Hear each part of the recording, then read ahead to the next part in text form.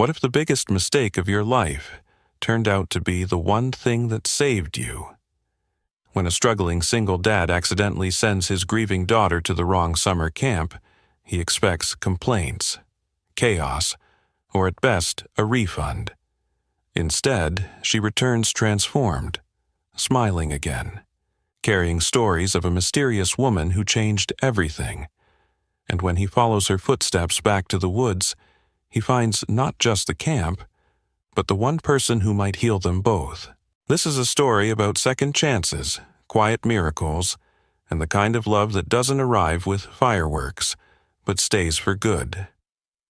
If you believe in the power of kindness, hope, and stories that touch the heart, don't forget to subscribe and join us on this unforgettable journey. Now, let's begin. The Kindness Camp. The application form had been open on Graham Adler's laptop for 3 days, blinking in the corner of his cluttered screen like a guilt trip he hadn't signed up for. Summer camp. Just the thought made his stomach tighten.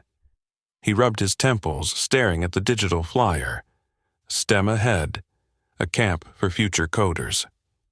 It promised robotics, coding, and science adventures, everything his late wife would have chosen for Maisie. Everything he had no clue about. But it was structured, safe, predictable. That had to count for something. He glanced toward the living room. Maisie, 10 years old and far too quiet for her age, sat curled up with a book, her blonde hair half falling into her cereal bowl. Her legs dangled off the couch like she didn't belong to the world around her, and in many ways she didn't. Not since June last year. Graham's throat tightened. He turned back to the screen, clicked Submit, and shut the laptop with a satisfying snap. It wasn't until 3 days later, when the welcome packet arrived in the mail, that Graham realized he'd made a mistake. Not STEM Ahead, Kindred Camp. He read the brochure twice, thinking maybe it was a sponsorship name or a sub-program. It wasn't. This camp didn't offer coding or robotics. It offered forest breathing, compassion circles, and something called a memory grove. It used phrases like healing through connection and grief-informed programming. The welcome letter was handwritten and signed, with gentle hope, Wren Callahan. Graham stared at the signature like it had insulted him. What kind of camp sends handwritten letters? Maisie walked into the kitchen and picked up the envelope. Is that for me? He hesitated. It was supposed to be a science camp. She pulled out the brochure and scanned the pictures.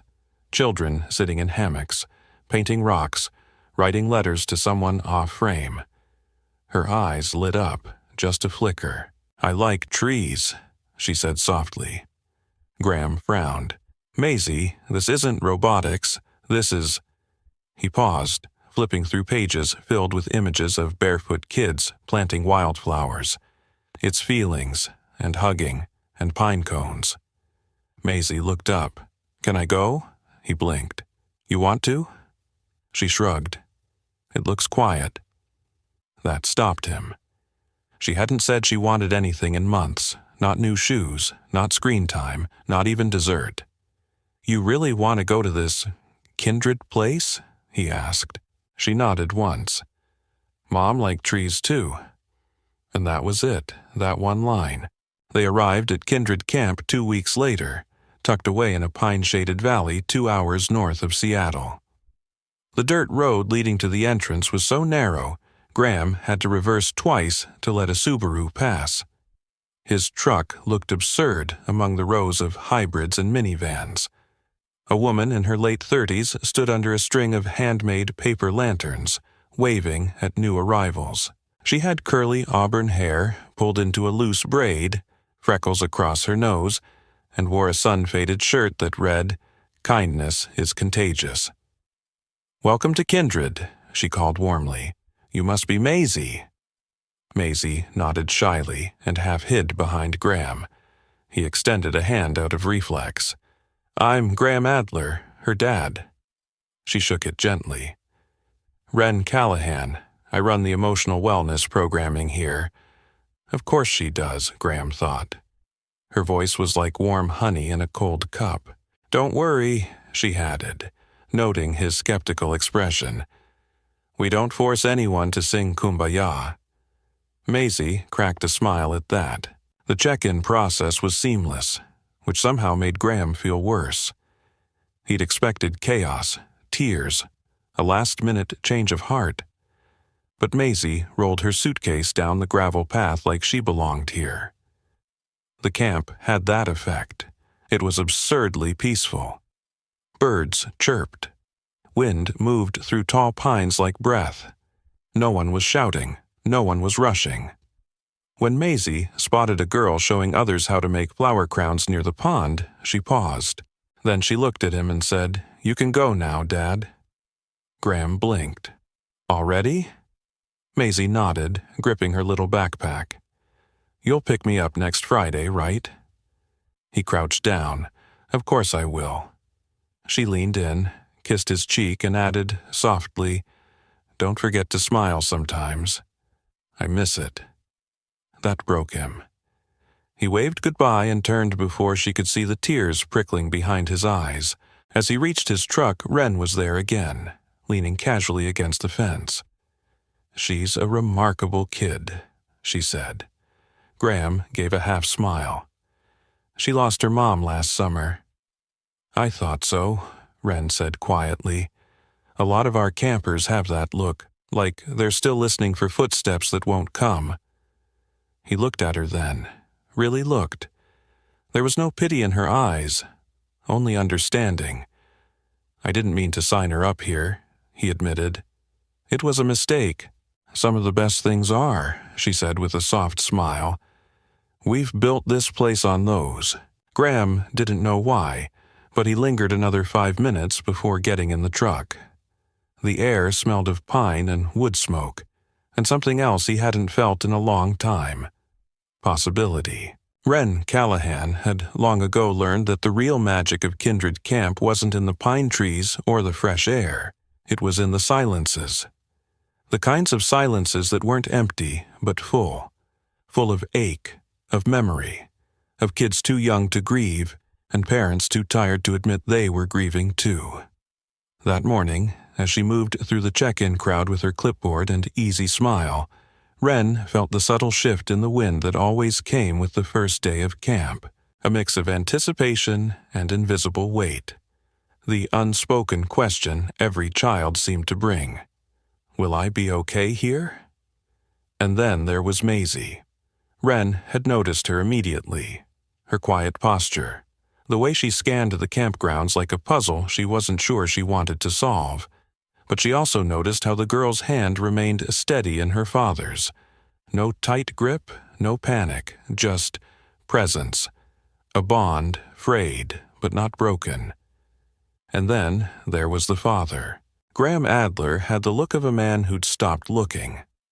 Not just at camp brochures or calendars, but at people. His expression was polite, distant. The kind of man who thought silence was strength and didn't know what to do with kindness when it showed up in a sun-faded t-shirt and sandals. But when Maisie kissed his cheek and whispered something that made his shoulders cave in just slightly, Wren knew. They were both trying. That was enough. By late afternoon, the camp had settled into its rhythm. Luggage found cabins, kids found snacks, and counselors gently nudged even the most introverted toward watercolor kits and rope swings. Wren sat at her usual table outside the main lodge, a thermos of peppermint tea in hand, when she noticed Maisie again, perched on a wooden bench under the dogwood tree, sketching in a small notebook. Alone. Content. Nearby, a boy named Leo, a sweet, nonverbal 9-year-old who only communicated through laminated flashcards, approached with his counselor. His card read, "Can I sit next to you?" Maisie read it, smiled, and scooted over without a word. That moment, Wren thought, was the kind of thing no curriculum could teach. Across town, Graham sat in the driveway of their home in Bellevue, the truck engine still running. He hadn't planned to feel this, displaced. The house felt emptier than usual. Not just quiet, but hollow. The absence of Maisie's presence was like a missing tooth he couldn't stop tonguing. He walked into the living room, looked at her blanket on the couch, and then turned right around and walked back out. Dinner was microwave soup. He ate half, then poured the rest down the sink. He turned on the TV, scrolled through shows he didn't care about, then finally opened his laptop. Just to look, he told himself. He typed in Kindred Camp and clicked on the website. It was simple.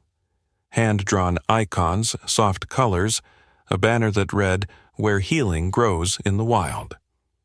He clicked on Our Team. Wren's photo was there, smiling beneath a canopy of trees, barefoot and holding a clipboard. Wren Callahan, Emotional Wellness Director, former palliative care nurse, grief-informed specialist, believer in wildflowers and second chances. He read it 3 times, then closed the laptop. Wildflowers and second chances? He didn't believe in either. Back at Kindred, dinner was a lively affair. Children sat at long wooden tables beneath string lights, passing baskets of cornbread and bowls of baked chili. The air buzzed with stories, clinking spoons and shy laughter. Maisie sat with Leo and 2 other girls. She hadn't spoken much, but her eyes were open wider than they had been in weeks. She noticed things. The woven napkin holders, the scent of lavender in the butter, the way Leo's counselor tapped twice when food arrived so he'd know it was time to eat. Across the lodge, Wren watched discreetly. Her job wasn't to hover, it was to hold space, and Maisie was unfolding, slowly. After dinner, the children gathered around a bonfire for the first kindness circle. It wasn't mandatory, just gently encouraged. They passed a carved wooden stone shaped like a heart, and whoever held it could say something kind they'd noticed that day. When it reached Maisie, she hesitated. Wren was about to step in when Maisie spoke, barely above a whisper. "Leo let me borrow his green pencil," she said. "It was the exact color I needed for the moss." The other kids nodded, and Leo beamed. No one clapped, no one forced praise. They simply moved on, and Wren felt something shift. That night, in her small cabin tucked behind the craft barn, Wren lit a single candle and opened the worn leather journal she'd been keeping since the first summer of Kindred. Not for data, not for staff reports, but for memory. She wrote, "Maisie Adler, tree sketcher, quiet strength." Her father, guarded, tired, but present. Feels like they're both waiting for permission to heal. She paused, pen in midair, then added, "Keep an eye on this one. Maybe start with dogwood." Graham lay awake in bed, staring at the ceiling fan, spinning shadows across his walls. He thought of the campfire, of Maisie's whisper, "Don't forget to smile sometimes." I miss it. He didn't smile, but he did close his eyes. And for the first time in a long while, he let the silence stay. Graham hadn't meant to return to Kindred so soon. He told himself it was logistical, practical. He wanted to double-check Maisie's meds made it into the right hands, confirm her sleeping arrangement, and make sure the place wasn't too strange. After all, there were no surveillance cameras, no digital check-ins, no Wi-Fi, no screens, just handwritten signs and counselors who wore beaded bracelets and used words like intentional space. It was unsettling, but truthfully, he couldn't get that woman's voice out of his head. We've built this place on mistakes. It was too honest, too disarming, and it had stayed with him like the scent of wood smoke on a jacket, subtle but impossible to ignore. He arrived late in the afternoon, unannounced. The gravel crunched under his boots as he stepped onto the main path, greeted only by the occasional warble of birds and the distant laughter of children somewhere beyond the trees. He found Wren by the central fire pit, stacking logs in preparation for that evening's storytelling circle. She wore a denim shirt rolled to the elbows, her hair loosely tied, a pencil tucked behind one ear. Sunlight poured through the pines behind her, haloing her in a kind of accidental grace. She looked up, surprised but not displeased. "Mr. Adler," she said, brushing her hands on her jeans. "Back so soon?" He cleared his throat. "Graham's fine. I just figured I should make sure everything's squared away with Maisie." "She's doing beautifully," Wren said. "You'd be proud." "I'm always proud," he replied, a bit too quickly, then softened. "I just don't always know what I'm doing." Wren smiled in that slow, unhurried way of people who understood pain intimately. "Well," she said, gesturing toward a bench near the fire, "I've found most people here don't. That's why they come." They sat, a polite space between them, and listened to the sound of the wind moving through pine needles. Wren reached down, picked up a twig, and snapped it absently between her fingers. "I used to be a nurse," she said after a long pause. "In palliative care." Graham turned to her. "End of life?" She nodded. 5 years. Then I stopped." "Why?" She considered for a moment. "You can only hold so many hands as they go. Before you realize no one ever taught you what to do after. I was good at the going part, not so good at the staying. That's honest. I don't do much pretending anymore," she said simply. Graham leaned forward, elbows on knees. "My wife, Lena, she was diagnosed 2 years ago. Pancreatic. We fought. Chemo, trials, more chemo, and then one day, fighting felt crueler than stopping, so we stopped." Wren didn't flinch, didn't rush to say something comforting. She just let his words settle like ash. "Maisie was 8 then," Graham continued. "She watched it all, but she never cried, not once, not even at the funeral. She was probably protecting you." The words hit harder than he expected. "You think so? I've seen it before," Wren said. "Children who stay strong for their parents, because no one ever tells them it's okay to fall apart." He swallowed. "She's stronger than I am." Wren smiled again, gentler this time.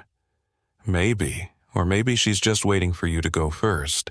A silence followed, the kind that isn't awkward but sacred, like the stillness of a chapel when no one's speaking but everyone's praying. In the distance, a bell rang softly. "Evening circle," Wren said, standing. "You're welcome to stay. There's no pressure to speak." Graham hesitated. "Do the parents come?" "Sometimes, when they're brave." He looked at her. "Do I strike you as brave?" "No," she said, matter of fact. "But I think you're tired of being afraid." The fire crackled low as campers and staff gathered in a loose ring around it, each person wrapped in a blanket or sitting cross-legged on old cushions. Graham stood toward the back, half in shadow. Maisie sat across the circle with Leo, their heads close as they whispered about something on her sketchpad. Wren stood to speak. "Tonight we're telling stories," she said. "Not big stories, not perfect ones, just the kind that live inside us, waiting to be named." She looked around the circle. "I'll start." Wren shared a story about a boy named Jack, age 7, who had wanted to be a firefighter. He'd passed away from leukemia and in his final days had asked her, his nurse, to teach him how to make s'mores in his hospital room. "So we did," she said. "With a candle and a coat hanger and a bar of chocolate we weren't supposed to have." The circle laughed gently, and afterward, when he was drifting off, he whispered, "You can be part of my family now." She looked down at the flames. "I still remember how that marshmallow tasted. It tasted like permission." No one spoke for a long moment. Then the next child began. Graham didn't speak, but he listened, really listened. And when it was over and the circle dispersed, Maisie crossed the clearing and took his hand. Just took it. no words. He felt the smallest squeeze. It was nothing. It was everything. The next morning brought a fog that settled low between the pines, like the forest itself was taking a deep breath before speaking. Graham hadn't planned to stay the night, but after the fire circle, something inside him refused to leave. He told himself it was for Maisie, that she might need him, that maybe he could help, but the truth was simpler. He needed this. He needed the quiet, the fire, the strangers who spoke more truth in an hour than he had in a year. He needed the space to feel without apologizing for it. And so he stayed. At breakfast, Maisie sat across from Leo, quietly eating oatmeal while sketching in her notebook. Graham joined her at the long wooden table, unsure if he'd be welcome. She glanced up, her spoon midair, and offered him the smallest of smiles. "You stayed." "I did." "Did you sleep in a bunk?" "Sort of. Wren found me a spare cot in the staff cabin." Maisie nodded, then turned the page in her sketchbook. On it was a rough outline of the fire circle from the night before. Glowing embers, soft outlines of people, and a shadowy figure at the back with a familiar slouch. Graham blinked. "Is that me?" Maisie shrugged. "You looked kind of lonely." He cleared his throat. "I was listening." "I know," she said. "That's why I drew you there." Later that day, Wren led the camp in one of its most sacred activities, letters to the sky. Campers were given quiet time, no talking, no group work, to sit with pen and paper and write a letter to someone they missed, someone gone, someone whose absence still made the world feel lopsided. Some wrote to parents, others to siblings, grandparents, even pets. The only rule was, be honest. Wren explained it gently. You don't have to read it, you don't have to share it, but you do have to write it like they're still listening. Graham stood at the edge of the outdoor gathering space, watching as the children spread out under trees, beside the lake, or in hammocks strung between cabins. Maisie chose the foot of the oldest pine tree on the property, one Wren called the listening tree. She sat cross-legged in the moss, letter in her lap, pencil unmoving for a long time. Graham wanted to look away, but he didn't. Wren approached him quietly. She carried a leather satchel filled with paper, pencils, and tissues. You don't have to write one, she said. I wasn't planning to. She tilted her head. That's usually a sign you should. He offered a dry smile. I've already said goodbye too many times. Wren didn't argue. She simply handed him a folded sheet of paper and walked away. He didn't sit under a tree. He sat on the cabin steps, paper on his knee, pencil in hand, and stared. For 20 minutes, nothing came. Then, slowly, painfully, he began, Dear Lena, Maisie drew me last night, at the fire. She said I looked lonely. I guess I did.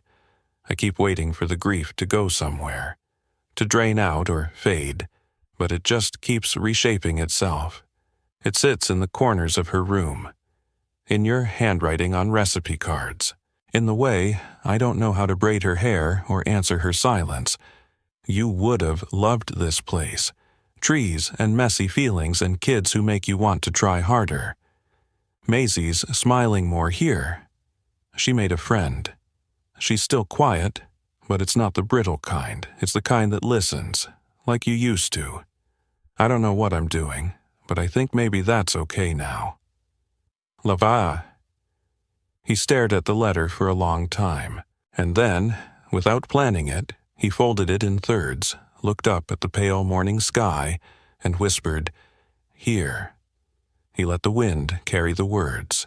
That evening, the camp held a quiet ceremony by the lake. The sun had already dipped below the treetops, casting gold across the water's surface. Campers placed their folded letters in small wooden boats, each one carved by past campers, lovingly decorated with names and stars and swirling patterns. The boats were pushed gently into the lake, candles lit inside each, creating a constellation of light floating across the water. Maisie's boat was blue with silver swirls. She stood barefoot at the shore, silent, watching it drift. Graham stood behind her, unsure if he should speak. After a long pause, she said, "I wrote about the garden." He blinked. "The one behind the house?" She nodded. "I told her the marigolds came back, even though I forgot to water them."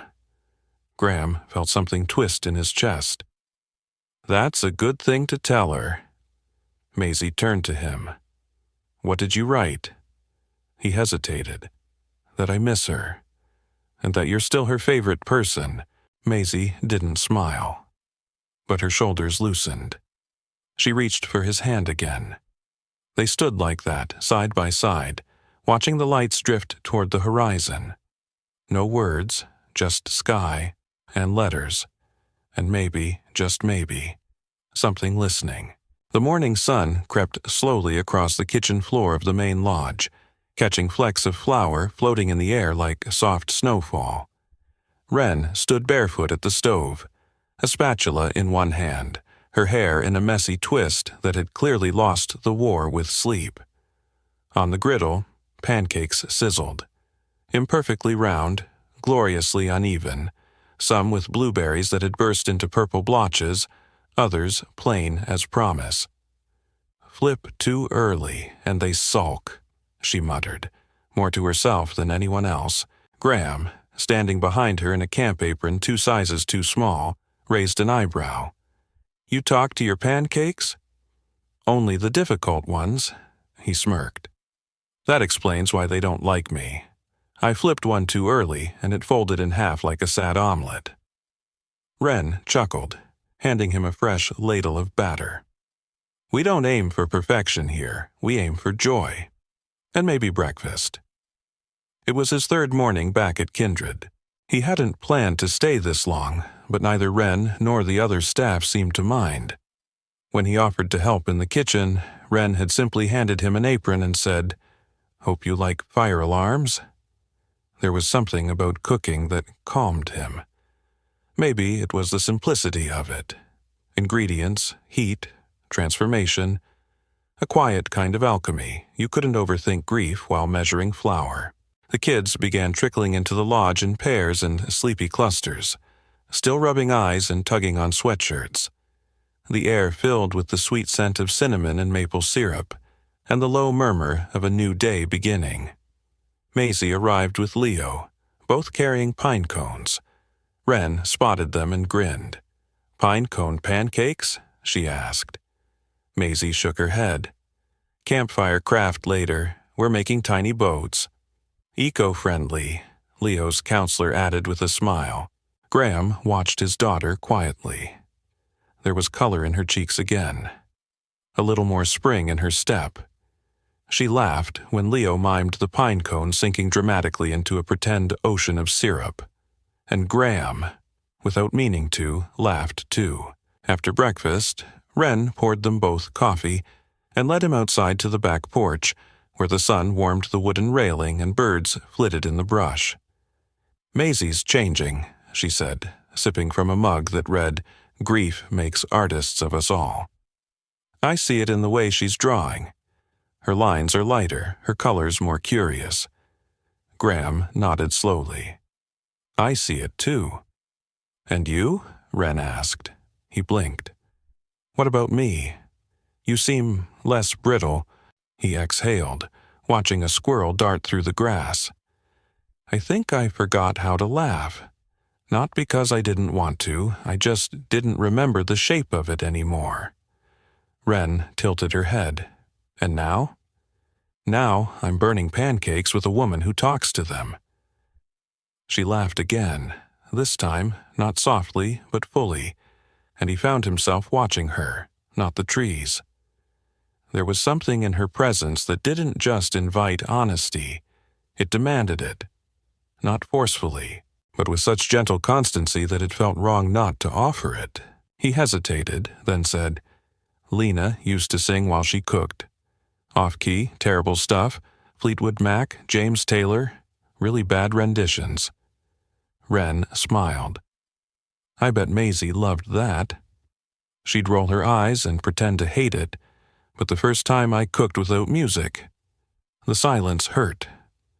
A long pause passed between them, filled only by the soft rustle of wind and bird song. Wren set down her mug. I lost someone, too. Graham looked at her. I was engaged once, she continued. He had ALS, diagnosed at 33. We had a year before it got bad. I stayed through it, through all of it. He didn't speak, just listened. And when it was over, Wren said, voice softening, I didn't know what to do with the part of me that only existed in his presence. The version of me that made him laugh. That read to him. That watched sunsets with him when he couldn't talk anymore. She turned to him. Grief doesn't just take the person. It takes the version of you who existed with them. Graham swallowed, throat tight. That's it. That's exactly it. The pine trees swayed gently in the wind like they were nodding in agreement. For a long time, neither of them spoke. And it wasn't awkward. It was sacred.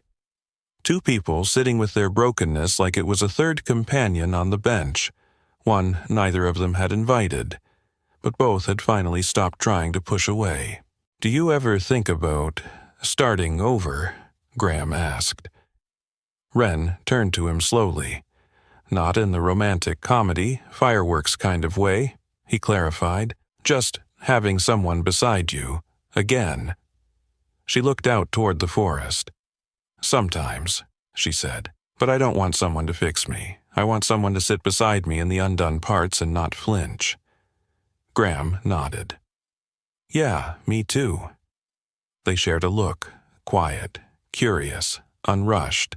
Something old in both of them cracked just slightly, and light came in. That afternoon, during the camp's outdoor session, Graham stayed behind to clean the griddle. Wren returned later to find 2 pancakes on a plate. One shaped like a dog. One shaped like a crooked heart. She laughed. I see you've mastered the language of carbs. He handed her the plate. I figured if I can't say the right thing, I might as well cook it. Wren took the heart. You said enough. And they ate, side by side on the back steps, warm sun on their backs, pine needles in their shoes, and, for the first time in a very long time, hope in their hearts. The path to the memory grove was narrow, lined with ferns and the kind of moss that made everything look older than it was. The air held a stillness, not of silence but of reverence, as if the trees themselves had learned to listen. Maisie walked beside Leo, holding a small dogwood sapling wrapped in burlap. Leo held his own, a delicate cedar no taller than his forearm. The rest of the camp followed in pairs, each child cradling a sapling like a secret. Wren led them with the quiet confidence of someone who had walked this trail many times, her steps familiar, her presence anchoring. Behind the group, Graham trailed slightly. Not because he didn't want to be there, but because something about this place felt too close, too exposed. He had been in cemeteries. He had held Lena's hand in sterile hospital rooms.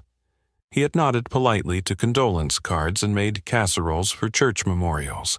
But this quiet pilgrimage into a sun-dappled grove with children and trees, unsettled him in a different way. It felt honest. The clearing opened gradually, revealing a natural amphitheater surrounded by towering trees and marked by dozens of small wooden nameplates, each one nestled beside a growing sapling.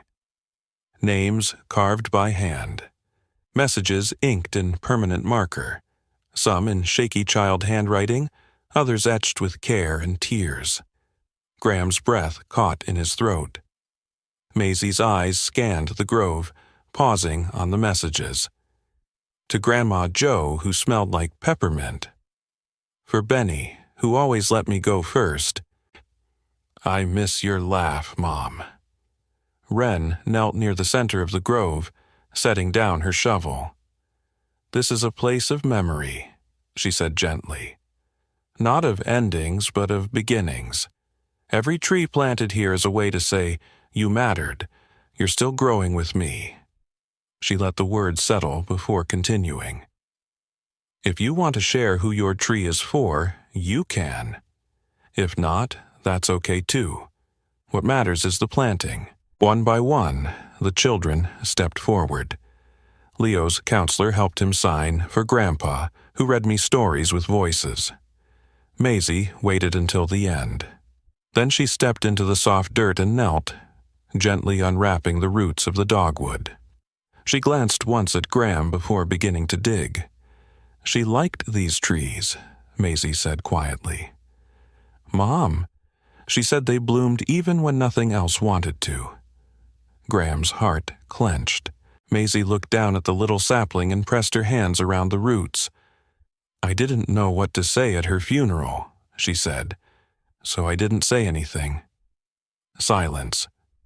Then she whispered, "This is what I would have said.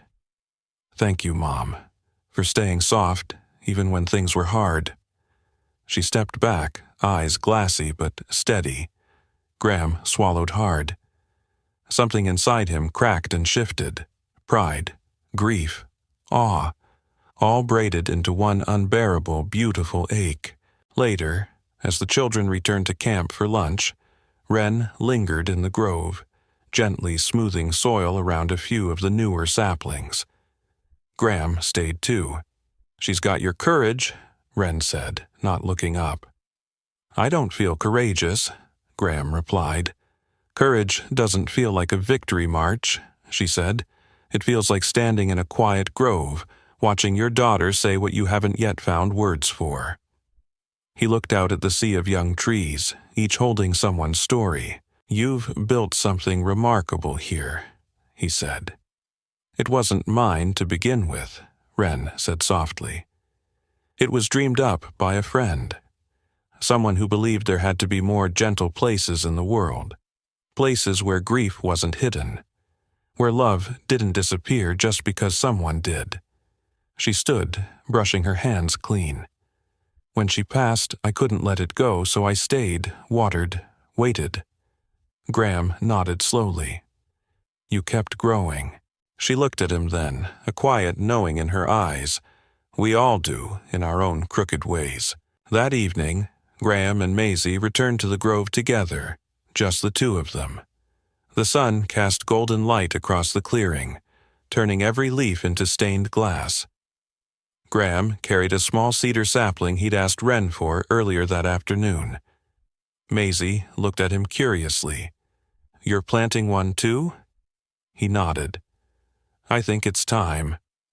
She watched as he dug, hands clumsy but determined. "Who's it for?" she asked. He looked up at her. "For Mom and for me."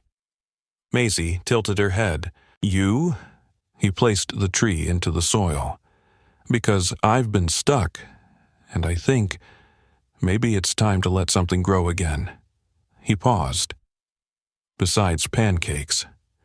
She laughed, genuinely, the sound ringing through the trees like chimes. They finished together, patting down the earth and marking the spot with a small wooden tag. Graham wrote, "To Lena, and the man she believed I could become." As they stood back, Maisie slipped her hand into his. "You're getting better at this," she said. "At what?" "Being here." Graham looked out at the trees, dozens of small, stubborn miracles. "I'm learning from the best." The storm rolled in without warning. One moment, the sky was brushed in soft summer blue, and the next it darkened like someone had turned a dimmer switch on the world. The campers were in the middle of an outdoor scavenger hunt when the first drop landed on Wren's clipboard. Within minutes, thunder rumbled like distant drums, and the pines began to shiver. "All right, everyone," Wren called out, her voice clear but calm. "Time to head back to the lodge. Grab your buddy and move quickly, but no running, please." Graham emerged from the trailhead, already jogging toward Maisie and Leo, who were crouched near a log looking for moss. "Let's go, kiddo." Maisie grabbed Leo's hand, and the three of them hurried through the drizzle, feet kicking up pine needles as they went. By the time they reached the lodge, rain was coming down in earnest. Sheets of it, hammering the roof and coating the windows in a blur of silver. Inside, the camp buzzed with activity. Kids drying off with towels, counselors lighting lanterns, the smell of damp clothes and cocoa already mingling in the air. Graham stood just inside the door, water dripping from his sleeves. That came out of nowhere. Wren handed him a towel. "We call it August's surprise. It usually lasts an hour, 2 if it's feeling dramatic." He chuckled, then gestured toward the organized chaos around them. "What now? Sing-alongs and trust falls?" She grinned. "Not quite. We do rainy day journaling in the lodge, fireside tea, maybe stories if we're lucky." She hesitated. "There's a quieter room at the back if you want to dry off. Fewer small feet. Lead the way." The back room was tucked behind the library shelves, a little reading nook with oversized cushions, soft lighting, and a wood-burning stove that crackled with warmth. Graham shrugged off his damp hoodie, sat on a beanbag that complained under his weight, and let out a breath he hadn't realized he'd been holding. Wren joined him with 2 mugs of chamomile tea, her own hair damp and curling slightly at the edges. For a while, they said nothing, just listened to the fire, the rhythm of rain on the tin roof, and the occasional giggle drifting in from the lodge. Then Graham said quietly, "Maisie wrote in her journal last night." Wren raised an eyebrow. "She never does that, not even for school." "What did she write?" He smiled faintly. "I don't know. She just told me she wanted to write, and that it felt nice." Wren cradled her mug in both hands. "Sometimes the most important part of healing isn't saying it. It's just knowing there's a place to say it when you're ready." He nodded slowly. "I think she's found that place." They sat in thoughtful silence, the kind that now felt familiar between them, comfortable, safe. Graham finally said, "I thought I came here for Maisie, to help her. And now? I think she brought me," he admitted, like she knew I needed something I couldn't name. Wren looked at him with a softness that made his throat tighten. She probably did. Children sense things we're too busy to notice. The fire popped, sending a small spray of sparks behind the grate. Graham leaned forward, elbows on knees. "You ever wonder if it's okay to feel good again after losing someone?" Wren didn't answer right away. She took a slow sip of tea, then said, "I used to feel guilty when I laughed, like it was betrayal, as if joy meant I loved him less." He watched her carefully. "But it doesn't." "No, it means I remembered how he made me feel, how I used to laugh when he teased me or danced terribly in our kitchen. That's the memory honoring him, not erasing him." Graham closed his eyes briefly. Lena made the worst lasagna, burned the corners every time, but she insisted on baking it anyway. It was like a family ritual. Wren smiled. "I bet you miss those corners now." He opened his eyes, looked directly at her. "More than I ever thought possible." Their eyes locked, and something shifted, something unspoken but deeply understood. Not romance, not yet, but recognition. 2 people who had walked through fire and still had the courage to sit beside it again. The rain lightened. The lodge grew quieter as kids settled into crafts and books, but Graham and Wren stayed in the reading nook, their tea cooling between them. Wren finally broke the silence. "There's something strange about grief." "How so?" "It teaches you to hold joy more carefully, like it's glass." He considered that. "Maybe that's what we're doing here." She tilted her head, holding joy, carefully, Not all at once, but in pieces. Wren smiled. Then we're in the right place. Later, as Graham returned to the main room to check on Maisie, he passed a window and saw the rain had stopped entirely. The world outside looked newly washed. Pine branches heavy with droplets, the air fragrant and clean. He paused and smiled.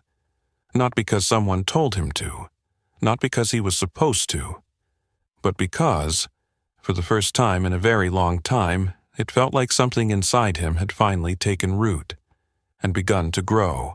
The fire pit had been rebuilt that morning, ringed with fresh stones and layered carefully with pine branches, kindling, and logs. By dusk, the smoke curled up like prayer, lazy and fragrant beneath a sky bruised purple and gold. It was the last night of the week-long session. The kindness circle, Wren explained, was tradition. One by one, campers and staff would gather to share a single moment of kindness they had witnessed, received, or offered during their time at Kindred. No pressure, no applause, just the act of speaking truth and letting it land gently in the firelight. Graham sat near the back again, not from reluctance now, but habit. His body was more relaxed. His hands didn't clench into themselves like they used to. He wore a flannel someone had lent him, the sleeves rolled up just enough to look unintentional. Maisie sat up front with Leo. She'd woven a bracelet of dried grass and wildflowers and tied it loosely around her wrist. She looked like someone who had stepped out of silence and decided to stay in the world a little longer. Wren stood by the fire, the wooden heart-shaped stone cupped gently in her hands. "This is not a performance," she said, her voice as steady as the flames. "This is a circle of grace. You don't have to be profound. You just have to be real." She handed the stone to the first camper. A boy spoke of how someone had shared their marshmallows when he forgot his snack. A girl talked about a counselor braiding her hair like her mom used to. Another shared how Leo let him use the green crayon, even though it was his favorite. Each voice fell into the fire like a pebble into water, small but widening in its reach. And then the heart passed to Maisie. She took it with both hands, her posture calm, her eyes fixed on the fire. "My kindness came from Wren," she said softly. Graham blinked, surprised. Maisie continued. "She sat with me on the first day when I didn't talk. She gave me a pencil and just waited, like I was allowed to take up space." Wren's breath caught almost imperceptibly. "She didn't ask me what I missed or what I remembered. She just let me be someone who didn't have to explain." The circle was quiet. Maisie glanced at Wren. It helped. She passed the heart to Leo. After the circle, the fire burned lower. The stars blinked awake above the treetops. Campers trickled back to cabins in ones and twos, their good nights gentle. Some barely whispered. Graham stayed behind, watching embers glow like memory. Wren stood across from him, arms folded loosely, face lit orange in the firelight. "You didn't speak," she said. "I didn't need to," he replied. "Maisie spoke for both of us." Wren nodded, then stepped closer. "I wanted to tell you something earlier, but I wasn't sure if it was mine to share." He looked at her, the openness in his eyes no longer hesitant. "Tell me now." She sat down beside him on the old log bench. The air between them buzzed with heat, not from the fire but from something quieter, something truer. "A few years ago, when this camp almost shut down," she began, "we received an anonymous donation." Graham's brows drew together. Wren went on, her voice quiet. "It came with no name, just a note. Please use this to create a space for children who have nowhere to put their grief. A space where they can breathe again." Graham's breath caught. "We didn't know who sent it," she said, "until I saw Maisie's name on the registration form, and yours." His voice was barely audible. "Lena?" Wren nodded. It was signed only with a sketch, a dogwood flower. That's why I kept one aside for Maisie, just in case she came. Emotion surged in his chest. Grief and awe and something shimmering underneath, like gratitude passed through the years. "She helped build this place," he whispered. "She planted the seed," Wren replied. "We just kept watering it." Graham looked up at the stars. They were brighter tonight, or maybe he was just noticing them more. Lena's love hadn't vanished. It had multiplied, had rippled outward into this camp, these kids, this moment. He felt a tear slide down his cheek and didn't wipe it away. "She always believed in small things making a big difference," he said. "Even when she was sick." Wren turned to him. She was right. They sat there, side by side, silence wrapping around them like a soft wool blanket. Finally, Wren reached into her coat pocket and pulled out a folded paper, the original note that came with the donation. She handed it to him without a word. Graham unfolded it, hands trembling. A place where kindness grows quietly, like roots beneath the surface, where grief can rest, where children can remember joy without guilt. "Please don't name it after me. Just make it beautiful." There was no signature, just the inked drawing of a single dogwood bloom. He looked at Wren, his voice thick. "I didn't know." "You weren't supposed to," she said. "Not then. But I thought, maybe now." He held the note against his chest for a long time, and when he finally stood, he didn't walk away. He reached for Wren's hand. The morning after the campfire, the light broke through the trees softer than usual, filtered and golden, like it understood something important had shifted in the night. Graham woke early, not from habit or restlessness, but from something deeper, a kind of peace that felt unfamiliar, like muscle memory returning after years of stillness. He sat up on the cot in the staff cabin, stared at the pine-paneled ceiling for a moment, and allowed himself the rarest of things. A slow smile. Then he rose, dressed, and slipped outside into the hush of morning mist. He found Wren in the garden, behind the craft shed, kneeling beside a cluster of wild mint. She wore a faded hoodie and dirt-smudged jeans, her hands in the soil like they belonged there. She looked up when she heard his footsteps, and the warmth in her smile nearly knocked the wind out of him. "Good morning," she said. "Is it?" She tilted her head. "I'd say so." He crouched beside her. "Do you always start your mornings in the dirt?" "Only the good ones." She handed him a trowel. He didn't ask questions. They worked side by side for several minutes, pulling weeds and replanting mint into neat, uneven rows. Finally, Graham spoke. "Maisie told me something this morning." Wren glanced over, curious. "She said she wants to come back next summer, not just to draw or hike, but to help, to give something back." Wren's eyes softened. "That's how you know a place has done its job." He nodded slowly. "She told me she thinks this place is where you go when you're too sad to keep pretending you're okay." He exhaled, and she said I was pretending for a long time. Wren set her trowel down gently. "She's not wrong." Graham looked at her. "I think I forgot how to be anything else." She didn't rush to reassure him, didn't try to patch the truth. Instead, she leaned back on her heels and said, "Then maybe this is where you remember." Later that afternoon, Graham wandered into the lodge's small archives room, a quiet, cedar-scented nook filled with old newsletters, camper drawings, and handwritten stories stored in leather-bound binders. He wasn't sure what pulled him there, only that something inside him needed to know, to trace the threads of Lena's generosity through the roots of this place. It didn't take long. In a dusty binder marked Year 1, the founding summer. He found a page that made his breath catch. It was a scanned thank you letter, written in Wren's familiar handwriting. To the anonymous donor who gave us the seed money to start Kindred Camp, we may never know your name, but your kindness has a face. It lives in every child who cried safely this week, in every counselor who held silence with respect, in every tree planted with trembling hands. You gave us more than money. You gave us a beginning.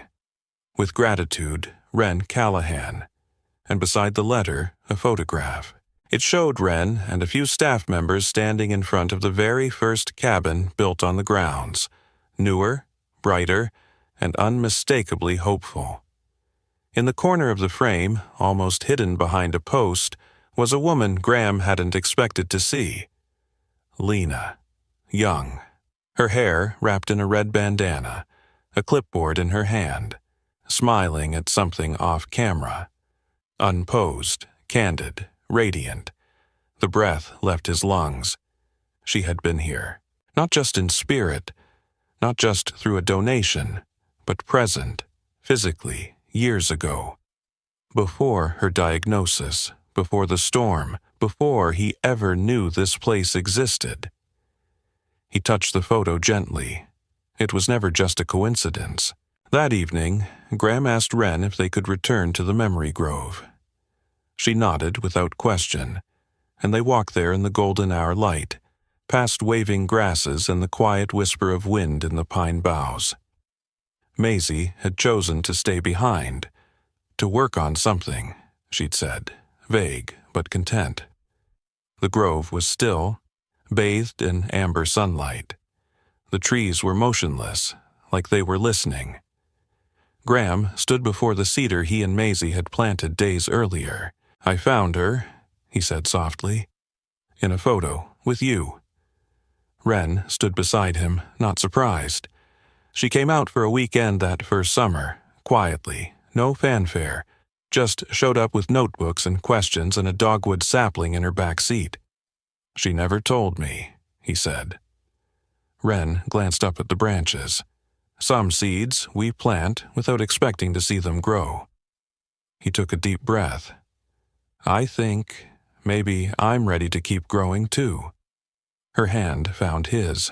They stood there side by side, shadows long behind them, hearts stretched gently toward the light. Later that night, back at the cabin, Graham found something tucked into his cot, a folded piece of paper in Maisie's handwriting. Dear Dad, I know you didn't mean to send me here, but maybe Mom helped you click the wrong button, because this is the right place. You smile more here, you talk slower. You even made pancakes that didn't taste like bricks. I like you here. I think Mom would too. Love, Maisie. He sat down slowly, paper trembling in his hands. He didn't cry, but he felt the tears anyway, quiet and grateful. And when he looked up, he didn't see the shadows anymore. He saw the path, and the next step forward. 1 week after returning home from Kindred Camp, Graham Adler stood barefoot in his backyard, holding a small apple tree in his hands. The roots were wrapped in burlap, the branches bare except for a modest scattering of green leaves. It was nothing special to look at least not yet, but Graham couldn't stop staring at it like it held something sacred, because in a way, it did. Maisie sat cross-legged on a nearby patio chair, a sketchpad in her lap, a glass of lemonade sweating beside her. She had insisted on choosing the spot for the tree. Here, she said, pointing to a patch of lawn by the fence. Where the afternoon sun hits, it'll like that. Graham nodded, letting her words guide him. She was her mother's daughter, through and through, gentle, observant, quiet, but firm when it mattered. He knelt and began to dig. The physical labor of planting reminded Graham of kindred, the soft resistance of the earth, the smell of damp soil, the way silence made space for meaning. But this time, he wasn't surrounded by grieving children or watched by counselors holding space for sorrow. This time, It was just him, Maisie, and a memory of someone who'd loved them both in different but permanent ways. When the hole was deep enough, he lowered the sapling into the ground. Maisie stood and brought him the small wooden tag they'd made together at camp. He read the inscription out loud. To Lena, and the home she still grows in us. He pressed the tag into the soil beside the tree and sat back, wiping his hands on his jeans. For a moment, neither of them said anything. The breeze rustled through the fence vines. A bird called out somewhere overhead. Then Maisie spoke. "Do you think she'd be proud of us?" Graham looked at her. "I don't think she ever stopped." Maisie gave a small smile, then returned to her sketch pad. "I'm drawing this tree every week," she said. "I want to watch it change." He felt a warmth settle in his chest. I think she'd like that. That evening, Graham stood at the stove making dinner. Real dinner, not microwaved, not reheated, not taken from a box. He had music playing. Fleetwood Mac, of course. The same song Lena used to butcher while she danced barefoot across the kitchen tiles. Maisie sat at the counter peeling carrots. She wore one of her mom's old aprons, oversized and stained with time, but it made her smile. "I think the sauce needs more oregano," she said, peering into the pot. Graham raised a brow. "Since when are you the boss of flavor?" "Since you burned the last lasagna." "Touché." He added the oregano. After dinner, they cleared the table together. Graham was wiping down the counter when Maisie hesitated in the doorway. "Dad?" "Yeah?" She glanced down, then back at him. "Do you think Wren would ever come visit?" He turned to face her, surprised, but not at the question. More at how calmly, naturally it came. "She might," he said. "Why?" Maisie shrugged, but her voice was careful. "I just thought it'd be nice. You smile when she's around. Not the small kind, the real kind." He looked at his daughter. This girl who'd been so quiet for so long, now blooming in the way only children who've known loss can bloom. Tender and brave. "I'll ask her," he said. Maisie nodded and padded off toward her room. The invitation wasn't fancy. It was a photo of the apple tree, newly planted, with a simple message written on the back in Graham's careful handwriting. "The tree is in the ground. Dinner's at 6. You're always welcome." He sent it to the camp's P.O. box, unsure if Wren would be there, unsure if she'd answer. But 2 days later, his phone buzzed with a message. "I'll bring pie. W." She arrived on a Friday evening, just as the light was beginning to turn golden. Her hair was pulled back in a loose braid, a glass dish wrapped in a tea towel balanced in her arms. Maisie ran to greet her with a hug that was no longer shy. "This is for the record," Wren said, holding up the pie. "I make terrible crusts, but excellent filling." "We're a burnt lasagna household," Graham said. "You'll fit right in." Dinner was easy. Laughter, stories, the clinking of forks and glasses. Wren told a ridiculous tale about a moose she once had to coax off the camp basketball court with a granola bar. Maisie laughed so hard she snorted lemonade. Afterward, they sat in the backyard, looking out at the apple tree bathed in twilight. Wren leaned in toward Graham. "It's beautiful." "She chose the spot." "She has good instincts." He looked at Wren, the way her face softened in the light, the way her presence made the air feel a little more breathable. "Do you ever stop missing them?" he asked, voice low. She shook her head. "No, but you stop wishing things could go back because you realize they've gone forward in you." He nodded. "That's how it feels, like she never really left." She didn't. Maisie came out with her sketch pad. "I added the tree," she said, showing them the latest page. It was vibrant, alive, a little crooked, but reaching toward the sky. Underneath, she'd written in pencil, things grow again, even hearts. Wren smiled at Graham, and this time he didn't just smile back. He reached for her hand and held it. A year later, the sun rose over Kindred Camp just as it always had, draping the pine trees in soft amber light, slipping through cabin windows, and brushing the lake into silver. But something was different. There were more trees now. The memory grove had grown, not just in saplings but in stories, in quiet courage, in children who came with heaviness and left a little lighter. Some trees still bore tiny hands tied with yarn bracelets or heart-shaped notes sealed in plastic.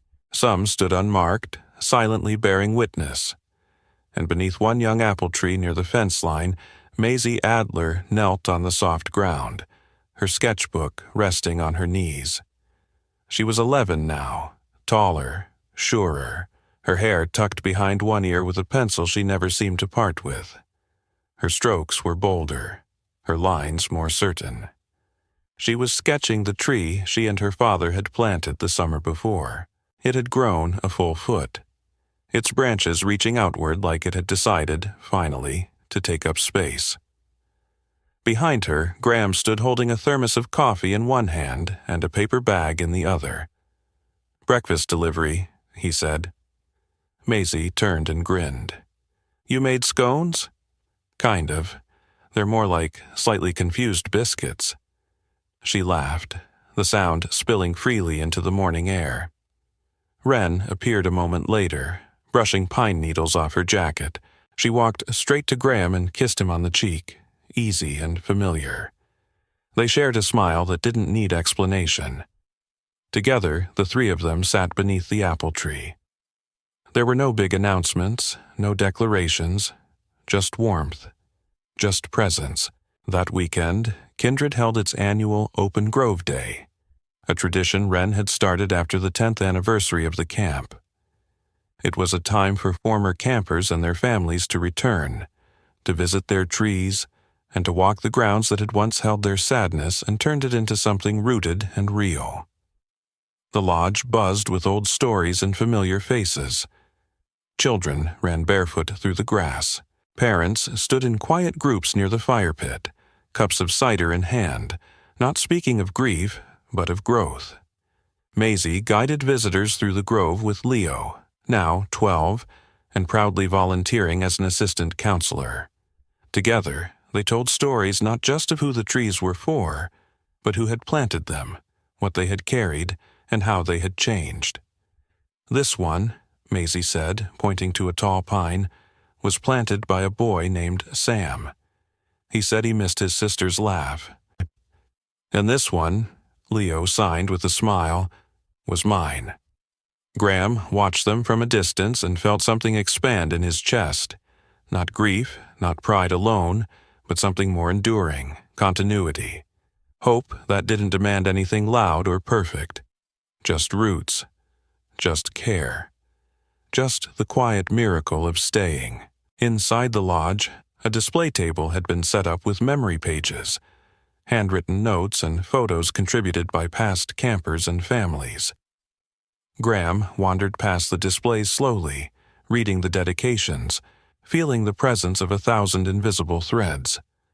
Then he saw it. A framed photo? Lena, her red bandana. That first summer. Smiling as she helped Wren carry gardening supplies toward a plot of empty land that would one day become the memory grove. And beneath the photo, a quote in her handwriting, "We don't heal by forgetting. We heal by remembering together." Graham stood there a long time, hands in his pockets, heart steady, not broken, not heavy, full. Wren came to stand beside him. "She's been here every summer," she said quietly, "in the laughter, in the trees, in the way you and Maisie look at each other now." Graham nodded. "She would have loved you." Wren smiled. "I think she already does." That evening, the camp hosted a final gathering around the fire pit. No official circle this time, just open flames, blankets, cocoa, and an invitation for anyone who wished to speak. Maisie stood up first. This place taught me that people don't leave when they die. They leave pieces behind, in recipes, in songs, in trees, and in people who remember them kindly. There was a pause. Also, my dad's lasagna is finally edible. Laughter rippled through the crowd. Graham stood next. I used to think the bravest thing I ever did was hold my wife's hand through her final breath, he said. But it turns out it's harder to keep living with your heart open, to let love come back in, to let kindness sit down at your table and stay a while. He looked at Wren, then at Maisie. Thank you for helping me do that. And with that, he sat down again. No applause, just warmth, just grace. Long after the fire burned low, Graham, Wren, and Maisie walked back toward the grove one last time. The moon was bright, casting silver across the trees like a quiet blessing. Maisie reached out and touched the apple tree's trunk. One day it'll have fruit, she said. Wren smiled. That's what happens when something roots deeply. Graham took both their hands in his, and in that moment there was no past too heavy, no future too uncertain. There was only this: a man who had learned how to stay, a woman who had learned how to open her heart again, and a child who had never stopped believing that kindness could still bloom, no matter what had been lost. The wind whispered gently through the branches above, and somewhere, in a world we cannot always see, kindness stayed, and grew, and stayed again. If this story touched your heart in any way, we'd love to hear from you. Where are you watching from? Drop a comment below and share what moment stayed with you the most. And if you enjoy stories that gently remind us of the goodness still left in the world, consider subscribing to our channel. It's completely free, and it helps us keep telling stories that matter, stories of kindness, hope, and second chances. From the bottom of our hearts, thank you for spending time with us today. We're so grateful you're here, and remember, sometimes the smallest act of kindness plants the biggest tree. Until next time.